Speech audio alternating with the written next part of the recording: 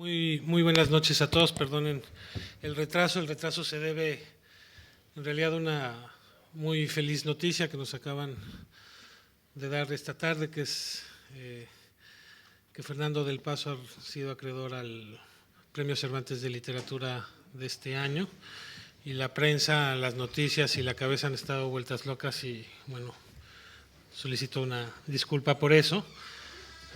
Una disculpa feliz, estamos muy contentos. Agradecerles a todos su presencia en este coloquio, pedir disculpas por Mario Ojeda. Los mexicanos somos esta cosa que somos capaces de tener emociones al mismo tiempo, no llenas de gozo y felicidad, y por otro lado con un luto encima, porque Mario Ojeda, quien nos iba a hablar hoy, que estaba en el programa, no va a poder asistir, tuvo que regresar anoche de emergencia a México porque falleció su madre. Así que, como hicieron mis compañeros ayer, yo también le dedico esta mesa. Mi intención es hablar de los dobles de Alfonso Reyes y tratar de enlazar, digamos, temas que parece o en apariencia están separados y que tienen que ver, digamos, con aquellas otras figuras de la otredad con la que Reyes se relacionó, principalmente en su vida en Madrid, pero que lo explicaban a sí mismo, entendiéndolo como un prisma que puede verse desde tres caras distintas. El otro como el seudónimo, es decir, la invención de Fósforo, que es este personaje que tanto él como Martín Luis Guzmán inventaron para escribir quizá lo que vamos a entender como la primera crítica cinematográfica en español, de su relación con su hermano Rodolfo, cuyo antagonismo llegó a su clímax precisamente los dos viviendo en Madrid, el uno volviendo a México y el otro quedándose para siempre aquí, y por último con el fantasma que lo persiguió toda su vida, que es la sombra de su padre. Pensemos por un momento en el año de 1915. Justo hace 100 años esta ciudad vivía a la expectativa de los sucesos que pasaban en Europa. Ese año se cerraba el canal de Suez por la Primera Guerra Mundial, los alemanes torpedeaban los buques ingleses y España publicaba su primera ley de bases navales. Ese año también se reunían en París los ministros de finanzas de los países aliados. 4 serbios eran fusilados por el asesinato del archiduque de Austria, Francisco Fernando, y Pancho Villa asumía plenos poderes militares y civiles en México. En Berlín se racionaba el pan y en Turquía comenzaba el genocidio armenio. En medio de los avatares y tribulaciones de la guerra, Diego Rivera y Frida Kahlo intentaban salir de Mallorca y Alfonso Reyes los auxiliaba. En esta ciudad se publicaba por primera vez la revista 1915, dirigida por José Ortega y Gasset, en la que Reyes publicaría de forma asidua, tanto a título propio y después con el seudónimo de Fósforo, para hacer estos comentarios sobre aquello que en ese momento descubrían como el cine, el séptimo arte. Y en Granada se filmaba la primera película sobre la Alhambra. Llegando a Madrid, Reyes descubrió este portento. Durante esos días, el escritor se pasa, como ya explicaba, 3 películas en la cabeza. La costumbrista, es decir, la de la vida vista, por un lado con ingenuidad y por otro lado con maravilla, eso que solamente es capaz de producir sentido del riesgo y que hace que una persona que mire algo por primera vez sea capaz de verlo de forma distinta: las calles, la luz, las frases hechas y la comida. En segundo lugar, la película que veía Reyes era la de buscar construir un sentido común a las razones de su propio origen. Reyes acababa de llegar a Madrid procedente de París y venía de padecer el asesinato de su padre en carne propia y de conocer la reciente historia de la Revolución Mexicana. Y por eso se da a la tarea de escribir Visión de Anáhuac para construir una historia épica que pudiera, con la distancia histórica, honrar las batallas y la destrucción. Y por último, la otra película, quizá la más recurrente y la que no terminó de pasar en su imaginación por el resto de su vida fue esa película de la memoria que significa el asesinato de su padre. Imaginemos quizá una escena de esa película. Un muchacho se trepa en una silla, el casino español de la Ciudad de México está repleto de comensales, pero ese muchacho tiene una voz que supera el miedo. «Los están matando a todos», grita. Hay una balacera en Palacio Nacional. Desde el inicio de la Revolución es la primera vez que el olor a pólvora llega a las narices de los capitalinos. Una tras otra se escuchan las descargas. Los comensales se dirigen a toda prisa al Salón de los Reyes, en el segundo piso, buscando mirar lo que sucede en las calles. Hacia el oeste se puede ver una gran columna de humo. De un lado al otro de la calle corren mensajeros, turistas asustados, mujeres y jinetes. En la calle perpendicular pasa una patrulla a galope. Las noticias se suceden a cuentagotas, como si todo aquello fuera una lenta caída en el presente. Cualquier tarea pendiente se suspende. Ahora solo queda preocuparse en salir del casino español. Allí se encuentra Pedro Enríquez Ureña, un amigo de la familia Reyes que de inmediato empieza a tomar notas. Hará un artículo para la prensa. Estamos presenciando la caída de la democracia, le repite a quien quiere oírlo. Hay quien trae nuevas. El general Lauro Villar cayó herido en la defensa de la plaza. Entre disparos había sido trasladado al hospital militar. Se hacen corrillos y apuestas. Se menciona al general Juan Andreu Almazán como cabecilla del movimiento, a Félix Díaz, al general Bernardo Reyes. Todo el mundo rodea a Enríquez Ureña. Como amigo íntimo del hijo del general Bernardo Reyes, don Alfonso, debe conocer con detalle la conspiración que busca tomar la sede del gobierno. Enríquez Ureña defiende al joven Reyes. Alfonso no tiene nada que ver con los negocios de mi padre, de su padre, él no está en política. Decía la verdad. Entre los intelectuales del Ateneo existían posiciones encontradas y Alfonso Reyes había tomado distancia de los partidos la distancia de los partidos y de la acción, a diferencia de Martín Luis Guzmán y el propio Enríquez. Alfonso Reyes decía que lo suyo era la lexis y no la praxis. No ha terminado de defender a su amigo cuando el escándalo se agolpa en la puerta. Del cielo y de las azoteas caen cascadas de ceniza. Las balas perdidas cobran heridos entre los curiosos, uno de los cuales fue el mallorquí Pedro Ripoll. El otro, el gerente del casino, que asomado a un balcón recibió un tiro en el cuello. Murió en un par de minutos y un par de minutos después unas manos desconocidas arrancaban a más y más heridos de la calle. En el interior del edificio, ese interior del edificio se ha transformado en una enfermería. Entre los lesionados hay uno que se abraza a su pierna.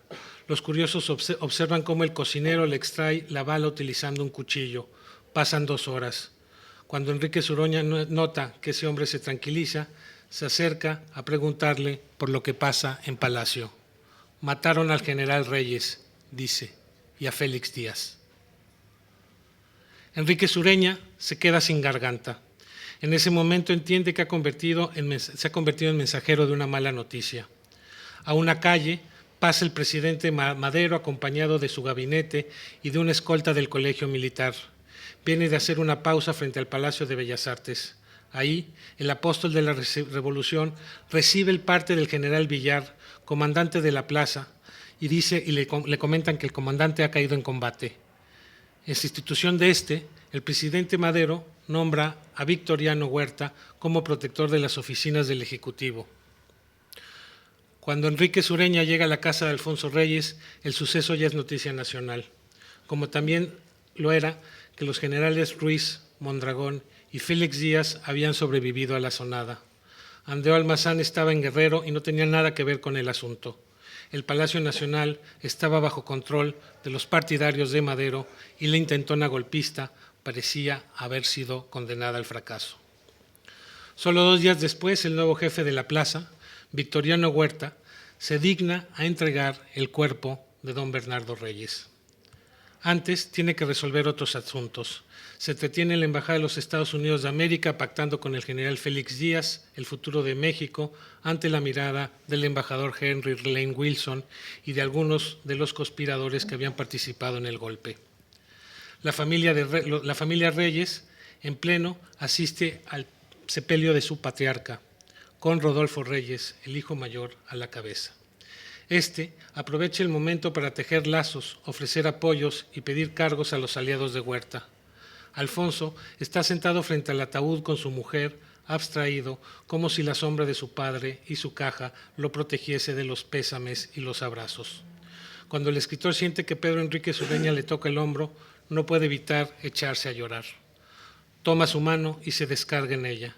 No hacía ni 2 noches que Pedro se había acercado a su casa para darle la noticia. Parecía que hubieran pasado 10 años y en el fondo ese era el deseo de todos los reyes, de toda la familia Reyes, que el tiempo pasara volando. León, el medio hermano de Alfonso, el hermano apestado por Rodolfo, el primogénito, se aísla en una esquina del velatorio. Aunque va acompañado de Adela Arnaud, su mujer, se siente solo y visto con desconfianza por quienes reconocían en él a un hombre apartado de su familia. Es Alfonso quien por la tarde se levanta de su lugar con una palmada le pide que le cuente un chiste. León siente la punzada que le nubla los ojos y antes de que ésta se apodere de su voluntad, cuenta una mala broma sobre el presidente Madero. Apenas unos minutos después, en el velatorio se presenta un representante personal del presidente que brinda sus condolencias. El conflicto armado, que la prensa bautizaría después como la Decena Trágica, supuso un éxito monumental para los antiguos aliados del difunto general Reyes, tanto así que el triunfo acabó por dividirlos.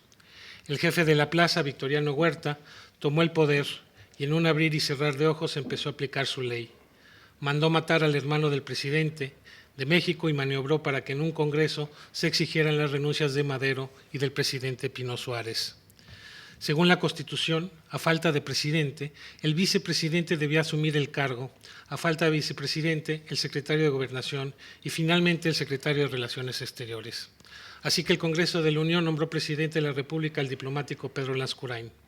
Es bien sabido que la gestión de Lascurain duró justo 45 minutos para permitir nombrar secretario de Gobernación al antiguo jefe de la plaza, Victoriano Huerta. Enseguida, Lascurain se hizo la foto presidencial y renunció al cargo para ceder la silla al recién nombrado secretario. Esa misma tarde, por órdenes del nuevo Ejecutivo, la Secretaría de Relaciones Exteriores emitió un comunicado en el que se nombraba al general Félix Díaz, el otro conspirador de la Sonada, como nuevo embajador en Japón.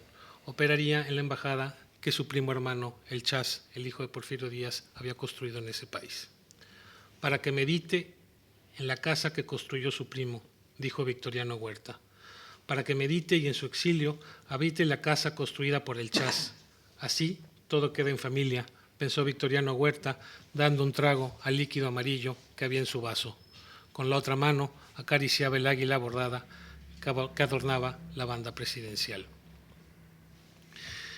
El día que finalizó el novenario en la memoria del general Bernardo Reyes Oganzón, ya habían muerto el presidente depuesto, su vicepresidente, 14 oficiales y 200 civiles.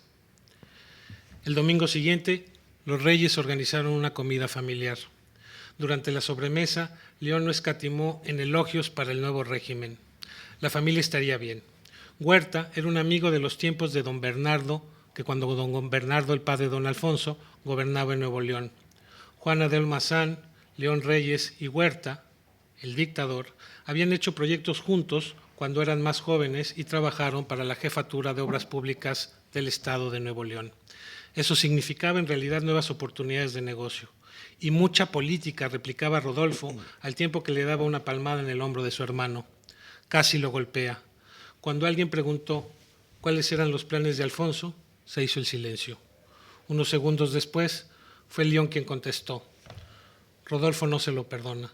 El presidente le ha ofrecido el cargo de secretario particular, pero él se ha negado. Creemos que se va del país, a Francia. La imagen, en su memoria, la de Alfonso Reyes, sobre su padre, no es la del héroe desenvainando la espada contra una fortaleza, sino la de un hombre caído que sangra por la nariz y a quien no pudo detener. Aquí, la historia de los hermanos Reyes se bifurca, la de las mujeres entre Guadalajara y la capital de México. León se queda en la ciudad trabajando para un despacho de ingenieros establecido frente a las obras del Palacio de Bellas Artes y Rodolfo y Alfonso se marchan a Europa. Uno a España, dedicado a curarse la depresión que le había causado la conspiración instigada por Félix Díaz y él mismo, y el otro que viaja para dedicarse a escribir y trabajar como segundo de la legación mexicana en París, en un gobierno que podía caer en cualquier momento. Hasta aquí la primera película. La segunda película se trata del modo en que Alfonso Reyes llegó a España después de su estancia en París y que también han explicado mis compañeros de la mesa anterior desde distintos ángulos, es decir, desde sus compañeros de batalla y la visión de Martín Luis Guzmán, desde sus obras narrativas, las obras narrativas que escribió en aquel entonces, Cartones de Madrid y Visión de Anáhuac, y por supuesto de su experiencia asociada a la vida cotidiana que significó para él llegar a Madrid.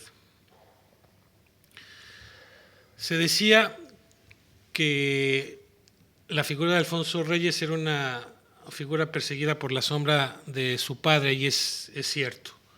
Se decía que Alfonso Reyes era un hombre poco mundano, ¿no?, que pertenecía al mundo de lo helénico, como una suerte de tótem inamovible que está ahí convertido en una escultura. Y no es del todo cierto, ¿no? Están fabulosas historias que tienen que ver desde los cartones que escribía hasta sus historias de, digamos, pasión y amor con distintas historias, incluso aquella que suena con la propia Dolores del Río. César Callejas, y lo voy a citar a él para quitarme toda culpa, por ejemplo, comentaba esa famosa historia de su estancia en Brasil, donde sostiene una serie de ejercicios amorosos, pero también es víctima de la picadura de un mosquito venenoso en Río de Janeiro, y que el mosquito lo pica en salva hacia la parte y eso le produce una inflamación considerable, y Reyes escribe, por favor, quítame la comezón, pero déjame la hinchazón. Quiere decir que el Alfonso Reyes solemne y helénico no lo era tanto, sino que era un hombre, por un lado, humano, dicharachero y apasionado, y por el otro lado también se dice que enojón y a veces hasta resentido o enojado con la famosa República de las Letras. Se decía también, y eso es importante, digamos, calificarlo en su estancia en Madrid, más en su segunda etapa, esta primera que les cuento, que ya se ha hablado mucho y que es donde padece digamos, donde esta idea que se convierte en un hombre y padece pobreza y necesita escribir en cuanto medio se lo permite y encontrar trabajos, gracias a Díaz Canedo, en publicar en cuanta publicación se pudiera y a editar textos grecolatinos y a publicar en prensa. Pero por el otro lado está la segunda etapa, que es cuando llega a trabajar en la legación mexicana y que termina convirtiéndolo, digamos, en jefe de la propia legación o encargado del despacho, donde pasa días, pues en realidad también muy difíciles. Pensemos que en ese momento está concretándose en su segunda etapa la reforma agraria en México, y que eso trajo pues muchísimos enojos por segunda ocasión consecutiva a los latifundistas españoles que tenían tierra en México, y que para Reyes fue un proceso de mucha dificultad y de muchas horas de negociación trabajar con el gobierno español justificando y explicando qué estaba sucediendo en México con aquello que se conocía como reforma agraria, que curiosamente además era un proyecto gemelo, no solamente con la reforma agraria, sino con la apuesta, por ejemplo, del Estado laico, o con la apuesta a la reconversión industrial, que un proyecto parecido y paralelo al de Lázaro Cárdenas, que era el de Manuel Azaña, se vivió años más tarde en Madrid. Lo cierto es que Reyes representa este principio de la contradicción que nos explica a los mexicanos, y que en plan de broma, con que en plan de broma iniciaba mi intervención, a decir que pues de alguna manera los mexicanos pensamos en oxímoron, esta figura poética que es capaz de poner a los contrasentidos, explicarlos de una sola manera. Entonces, en efecto, no hay que entender a Alfonso Reyes como el santón helénico o el hombre clásico, sino hay que entenderlo eso, y que siendo eso se puede ser muchas otras cosas más, sobre todo ser un escritor y una persona que habita sus propias contradicciones, que las vuelca en la literatura, ¿no? La literatura es precisamente tejer un hilado muy fino de opuestos que permiten, quizá a veces mejor que la propia historia, que la propia antropología, la sociología, la naturaleza humana, precisamente porque nos hace aparecer como lo que somos, una suma de contradicciones. Y digamos, la última película es precisamente aquella o la penúltima película, aquella que tiene que ver con ese otro Alfonso Reyes, digamos, sujeto uno a la necesidad económica, es decir, a inventarse un personaje que le permitiera escribir columnas que a su vez le pagaran el dinero suficiente para poder llegar a final de mes, y la otra era jugar literariamente con la sorpresa que le produjo ver aquella filmación de La Alhambra por primera vez, y que luego fue a ver esa cosa que eran las proyecciones cinematográficas. Leía esta mañana algunos de los textos de Fósforo, el personaje que inventó con Martín Luis Guzmán y que luego él se sigue por la vía de solitario, y encontré que justo este mes, hace 100 años, o sea, el 4 de noviembre de 1915, Alfonso Reyes escribió este texto. Dice: existen 3 principios básicos que son necesarios para producir una buena cinta. Va a sonar una obviedad, ¿no? Un buen fotógrafo, buenos actores y buena literatura. Resulta uno curioso, decir, no es que Alfonso Reyes fuera un avesado en temas cinematográficos, pero lo sorprendente aquí es, uno, que le prestara atención al tema del cine, y dos, que entendiera que fuera necesario hacer una crítica porque tenía una intuición, y esa intuición no estaba tan lejos, digamos, de lo que hoy, de los temas alrededor de los cuales gira hoy la crítica cinematográfica.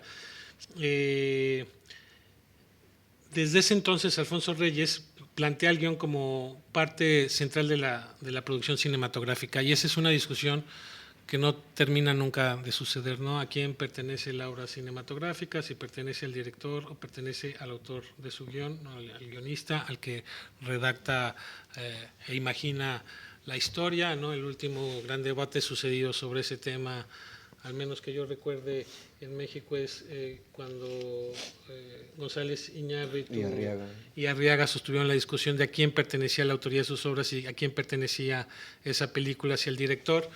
Un músico clásico quizás se estaría burlando y diría: oye, obviamente que la novena sinfonía de Beethoven pertenece a Beethoven y no al director de la orquesta. Los directores cinematográficos dirían: te equivocas, porque precisamente la película establece un sello a partir de la visión y de la historia que construye el director, con muchos elementos, no solamente la historia, sino también la música, la edición, la fotografía. Y es curioso que, aunque sonara ingenuo, Alfonso Reyes estuviera planteando este debate desde la primera vez que hace crítica cinematográfica, que sobra decir que es la primera vez que se hace crítica de cine en español. Pero no solo eso, Alfonso Reyes se cuestiona sobre cuál es el porvenir del cine, hacia dónde va, cuál es la relación del cine con las otras disciplinas, cómo se monta una película, cuál es la relación entre el cine y el teatro. Hace una crítica severa a la intención de que el teatro, de que el cine se limite a los recursos del teatro y que solamente sean proyecciones filmadas de obras de teatro representadas. Se entiende que hay un lenguaje ahí por explorar que es totalmente distinto. Hace una reflexión seria sobre cuál es la relación del cine con la música. Hablaba de la representación de la música en vivo, y que algo que parece como súper innovador y que en todos los festivales de cine se está poniendo de moda, que es que se invite a una orquesta filarmónica acompañar la proyección de una película muda, y que hoy se nos hace súper hipster, y que en realidad eso pues está en el origen del cine, ¿no? Hace reflexiones, el clásico helénico, que que vierte a la crítica cinematográfica a partir, digamos, de plantear un paradigma, ¿no? El clásico paradigma de el arte como mímesis y como imitatio, y cómo el arte sirve o en realidad tiene su origen en la posibilidad de imitar la naturaleza, y de repente Alfonso Reyes se topa con que existe una serie de elementos técnicos que no obligan a imitar a la naturaleza, sino a construir un espacio natural a partir de un lenguaje que en ese momento se vuelve absolutamente novedoso. Y por el otro lado, reflexiona, por un lado, el asunto de la mimesis, y por el otro lado, reflexiona sobre el tema del paso de la oralidad a la escritura y cómo rompe la industria cinematográfica esa tendencia que se creía natural, ¿no? Y entonces recurre a la tradición helénica y explica cómo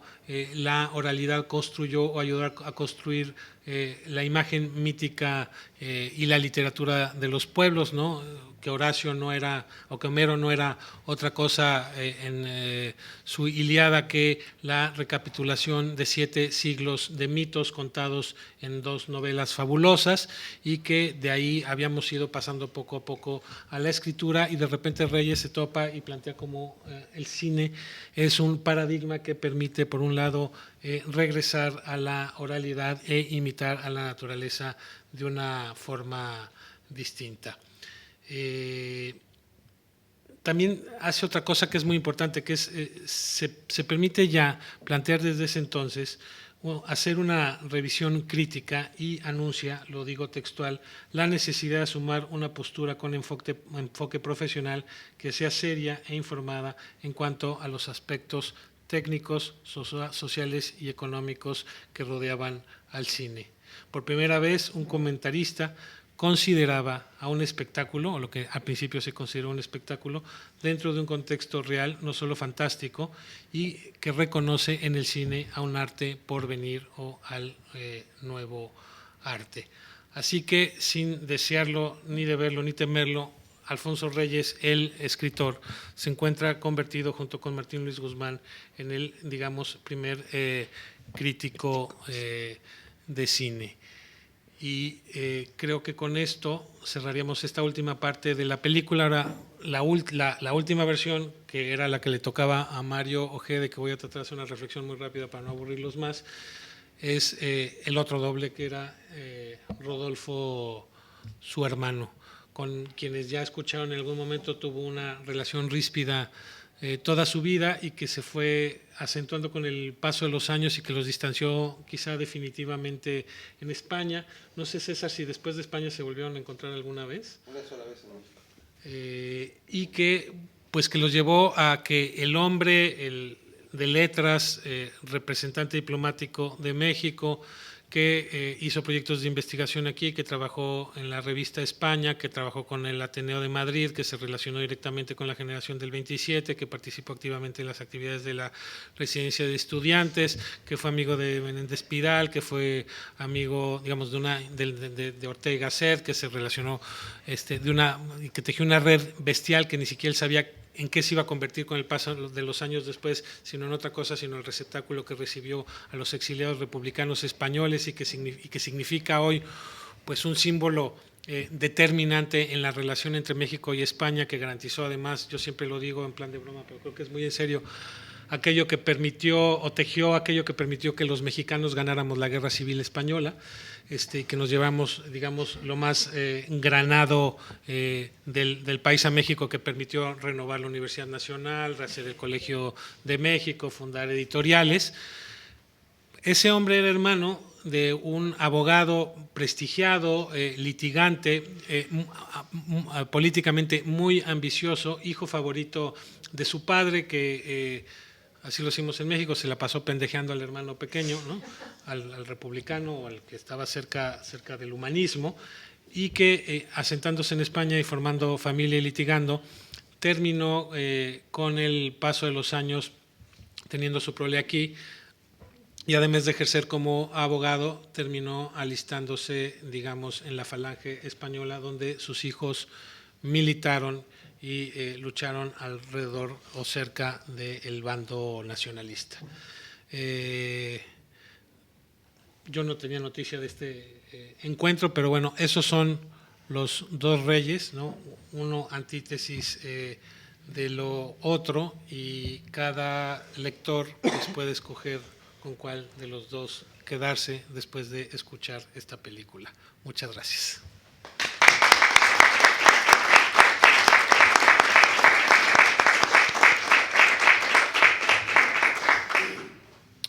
Hola, buenas tardes. Pues nada, estoy como muy agradecido de que me hayan dado este espacio para poder compartir un poco. Por supuesto, no me siento seguro ni confiado de poder decirles algo más que ya se haya dicho en las mesas anteriores y ahora con Pablo. Es por eso que de una u otra manera preparé un tema que, si bien es cierto, concierne a lo que está al tema que se habla ahora. Es un tema que puede ser un poco más amplio, que es sobre el exilio y la identidad. Cómo a partir de este evento tan desafortunado que puede ser para muchas personas como es el exilio, se crea una identidad, y me abocaré específicamente en la figura de Martín Luis Guzmán, que él, como yo, nació en la ciudad de Chihuahua, en México. Realmente es una lectura que me ha acompañado durante toda mi vida, y quiero darles una serie de reflexiones respecto al exilio, porque es un tema que ha estado conmigo toda mi vida, en mayor o menor medida, y creo que el exilio de Martín Luis Guzmán está lleno de particularidades. Por supuesto, y lo reitero, estoy muy seguro que ahora lo que les compartiré podrá no ser algo nuevo para ustedes, y es por eso que lo que he escrito, lo que he preparado, es de un carácter un poquito más, lo podríamos decir, filosófico. Antes de comenzar, quisiera que nos detuviéramos a pensar en una pregunta tan cristalina como complicada, y por supuesto pensarla desde la experiencia personal de cada uno de los aquí presentes. ¿A qué pertenecemos? El exilio es una palabra que carga dentro de sí un significado lleno de recovecos y aristas que nos podrían orillar a desafortunadas interpretaciones.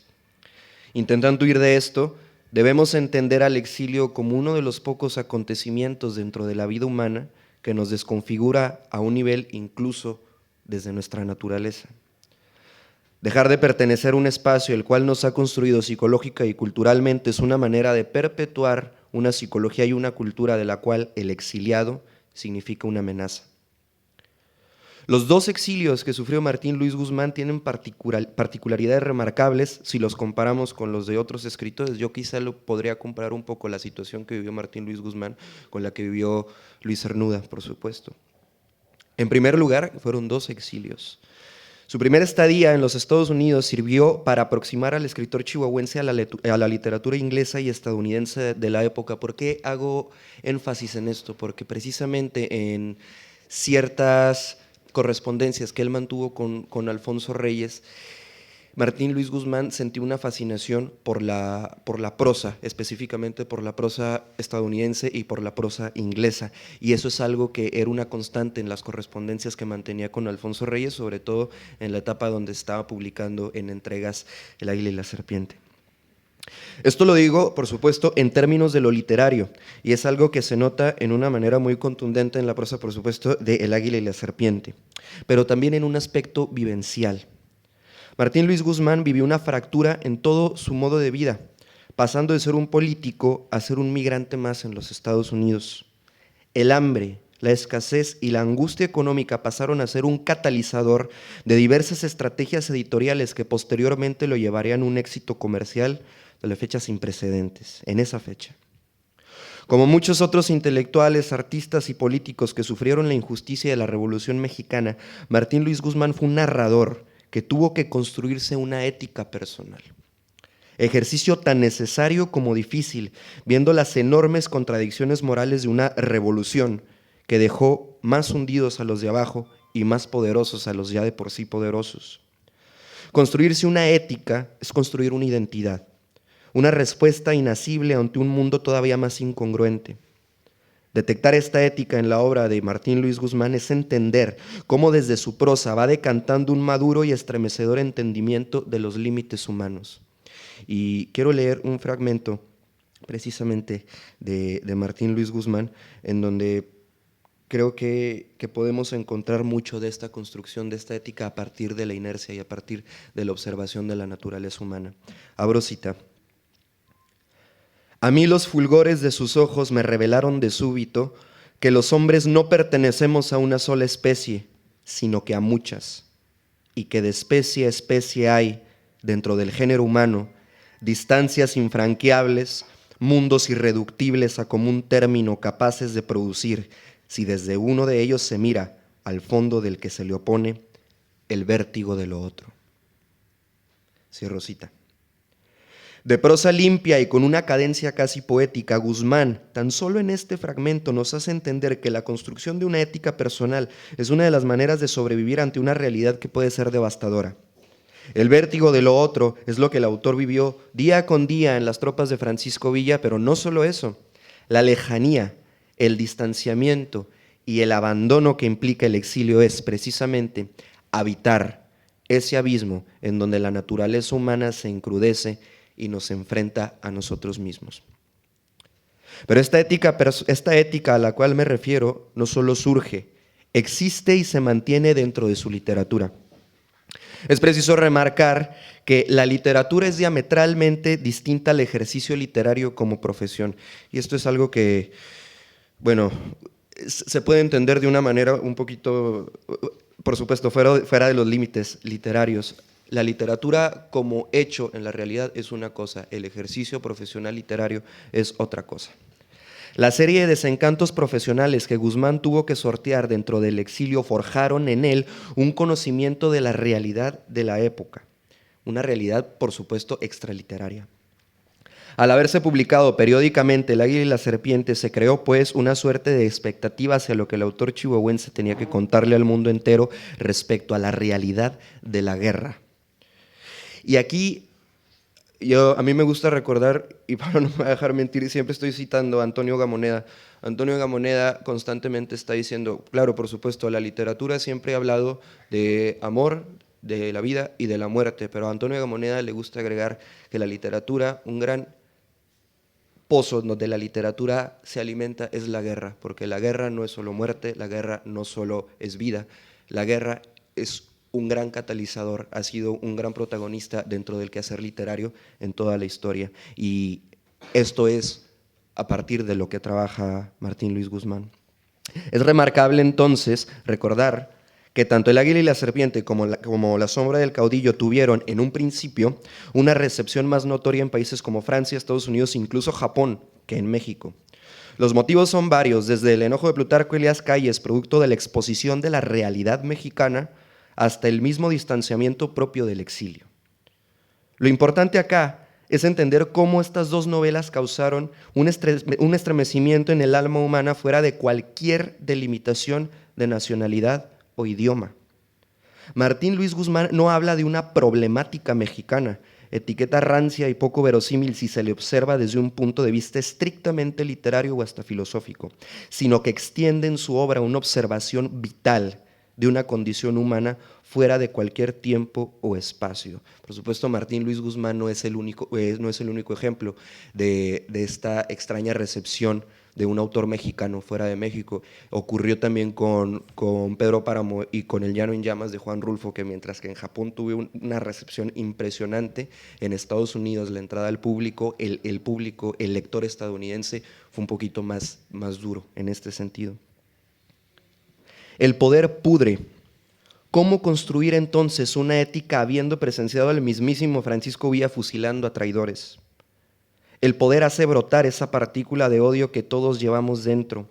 Entonces, ¿cómo retratar esto desde el rechazo, la lejanía y el abandono del exilio?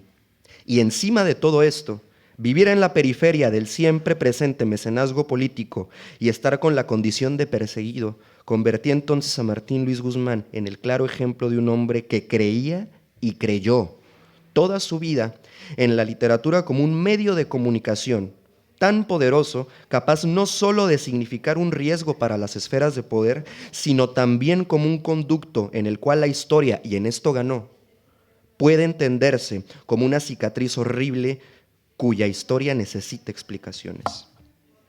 Tanto Reyes como Guzmán, dejando atrás diferencias políticas francamente insustanciales, planearon durante mucho tiempo la república ideal, viendo desde el telescopio del exilio un México que iba tomando la forma, con Plutarco Elías Calles, del México que podemos estar entendiendo hoy día.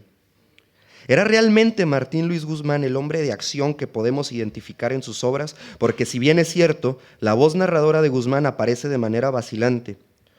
No cuesta trabajo construirnos la figura de un hombre endurecido y envalentonado por la revolución. Ojo, esto es tan falso como decepcionante, puesto que él mismo se presentaba ante el mismo Reyes como, abro cita, alguien que actuó más desde la cobardía que desde el valor. Si bien es cierto, estas etiquetas son algo innecesarios y lo que deseamos es aproximarnos objetivamente al autor, y si queremos descubrir al Martín Luis Guzmán del exilio, al Martín Luis Guzmán que llegó a considerar el suicidio ante los interminables obstáculos que se le presentaron, entonces estos elementos sí se convierten en algo que nos ayuda a entender los diferentes estadios de esta construcción de la identidad a partir del exilio que vivió. ¿A qué pertenecemos? ¿A un país, una ideología, una utopía, un deseo, un ser humano, a lo abstracto o a lo tangible? Desde el abandono y a pesar de su posterior revalorización, Martín Luis Guzmán fue un intelectual que se mantuvo siempre en la inercia de la observación. Siempre cargando con libretas, anotaba cada cosa que miraba, escuchaba y sentía. Desde el abismo del exilio, Guzmán entendió los abismos infranqueables que observó cuando Villa asesinaba. El fulgor de la misma existencia, cuyos colores son inentendibles, fue lo que iluminó al escritor. ¿A qué pertenecemos? A la muerte, sin duda, pero también ese viento impredecible que nos balancea cuando intentamos cruzar los abismos de lo bueno y lo malo. Gracias.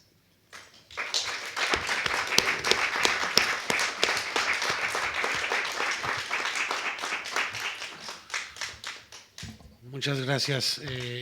No les presenté a Jesús Carmona, pero es un gran y joven poeta mexicano que viene aquí que aceptó la invitación a venir al coloquio, pero que además ha estado presente, pues estará presente en el Festival Leñi por si quieren ir a escuchar su poesía en próximos días.